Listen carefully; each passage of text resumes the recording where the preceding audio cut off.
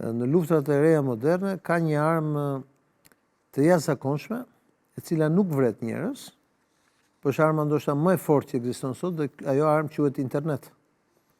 Pra mjafton një telefon, mjafton një filmim, ta postosh në rrjet nëpërmjet internetit edhe rezultatin. Pra nuk funksionon më. Pra ka ndryshuar natyra e medias.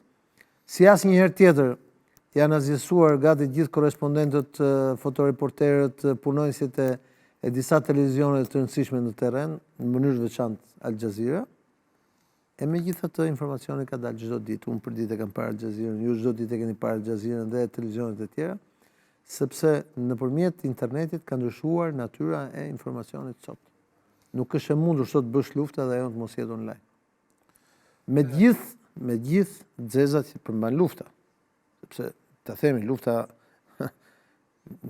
viktima krijon. Edhe në rastin e Palestinës, në rastin e Gazës ka qenë një tragjedi e pafund.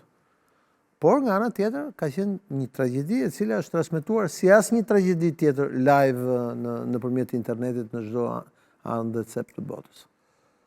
Ilir, ju sigurisht e keni parë planin e presidentit Trump, 21 pikësh. Mund ta analizojmë gradualisht, duke i lexuar këto, çka përmbajnë për shikuesit tanë?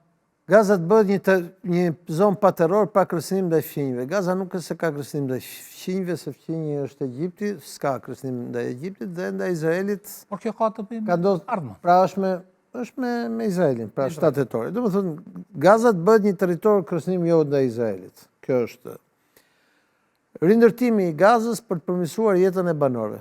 Kjo është ujë pa gaz, se kjo është një shprehje që ka asnjë kuptim, domethënë, sepse normal që po të rindërtohet tash që është bërë, do përmirësohet jeta e banorëve.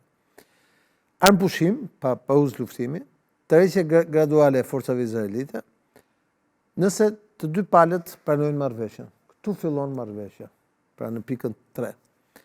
Brenda 48 orësh nga pranimi publik i marrëveshjes nga Izraeli, kthimi të gjitha pengjeve të gjallë ose të vdekur. Pra pengjet që ka Hamasi, të cilat Hamasi i pranoi, do t'i kthej o të gjallë ose të vdekur. Zgjidhje për të burgosurit. Pas lirimit të pengjeve, Izraeli liron disa qindra persona me dënime të rënda dhe 1.000 të tjerë të arrestuar që nga fillimi i luftës dhe si dhe trupat e disa viktima palestinese. Duhet ndalemi këtu. Ky do të jetë lirimi më i madh ndonjëherë në histori nga në Izraeli, pra do të thotë boshatisje e burgjeve. Unë i kam parë ato burgje nga brenda, dhe në mënyrë të veçantë, nëse Izraeli liron Marwan Bargutin nga burgu, që është me burgin përjetshëm, atëherë ne do të kemi një lider politik i cili do të jetë një lider politik i cili